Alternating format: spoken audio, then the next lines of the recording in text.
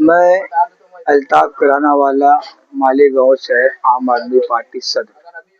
अल्लाह पाक का बहुत बेपड़ा करम है, शुक्र है कि इस मर्तबा मेरी सदारत में 3 उम्मीदवारों को मैंने टिकट दिया और आखिर तक वो डटे रहे। हालांकि जब फॉर्म की तारीख आई, 2 दिन था जो निकालने का जो मामला था, उस वक्त तो काफ़ी गहमा गहमी थी और हमारे उम्मीदवारों को बैठाने की बहुत कोशिश की गई, लेकिन अल्लाह का ये एहसान है कि वो बैठे नहीं, झुके नहीं, टूटे नहीं। इस तूफान में वो तन्हा खड़े रहे।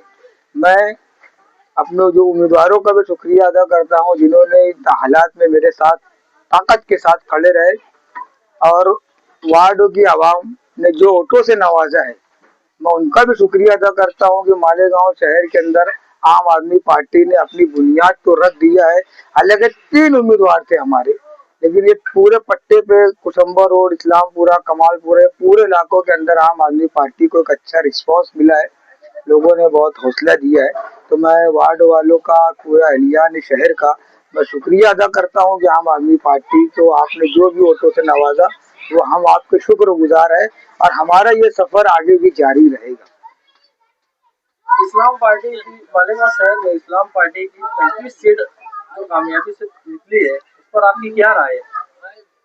पिछले 2017 में रशीद साहब की 28 सीट आएगी, ये बात मैंने कही थी और उसका बाकायदा उस वक्त तो मोबाइल इनाम के लिए रखा गया था, तो मैंने वहां पर इनामी मुकाबले में भी दिया था। 28 सीट निकल करके भी आई थी और इस मर्तबा भी मैंने ये बात कही थी चुनाव से पहले। इस बात के काफी दोस्त तो गवाह है, उनमें हमारे एक करीबी साथी है, आसिफ भाई के साथी लोग, वो भी गवाह है कि मैंने उनको 35 सीट का पहले से किया था।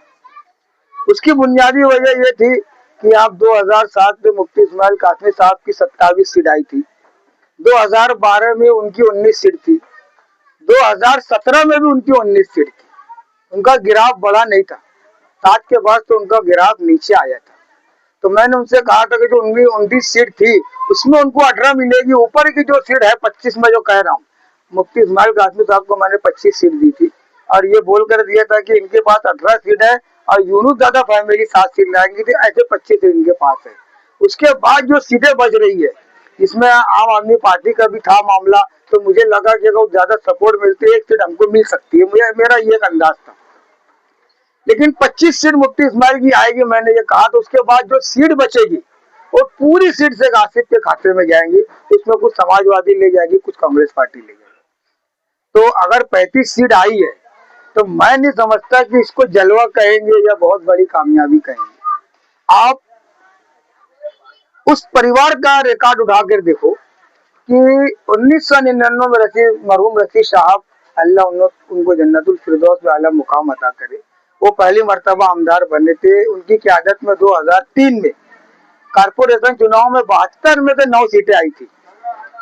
उसके बाद 2007 में चुनाव हुआ कारपोरेशन का, तो उनकी क़यादत में 16 सीट आई।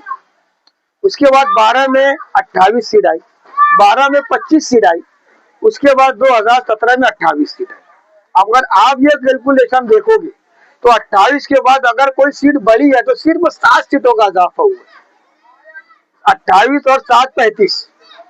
अब आप इसको ऊपर से अंदाजा लगा लो कि 99 से लेके 2024 तक इक्तदार पास में रहा, मेयरशिप पास में रही, स्टैंडिंग चेयरमैनी पास में रही, आमदारी पास में रही। ये 35, ये 20, 10, 30, 34 साल में 35 सीट अगर आ रही है तो इसको आप बड़ी कामयाबी नहीं बोल सकते। जलवा तो तब होता जैसे कि अरविंद केजरीवाल साहब ने जब दिल्ली के अंदर उन्होंने ओपनिंग की थी तो 70 में से 77 सीट लाए थे, वो पूरे देश को पता था। तो इसे कहते हैं जलवा और मानने वालों की तादाद।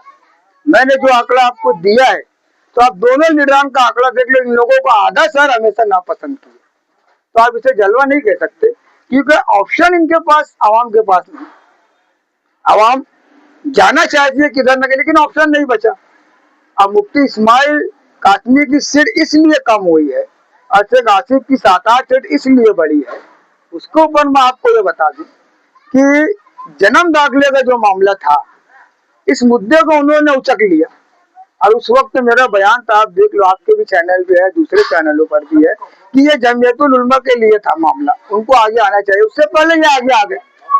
अब जब ये आगे आए तो जाहिर सी बात है, ये मुद्दे को उन्होंने भुनाया और अच्छे ढंग से भुनाया, और यहाँ पर आमदार साहब की खामोशी उन्हें ताकत पहुंचाती रही।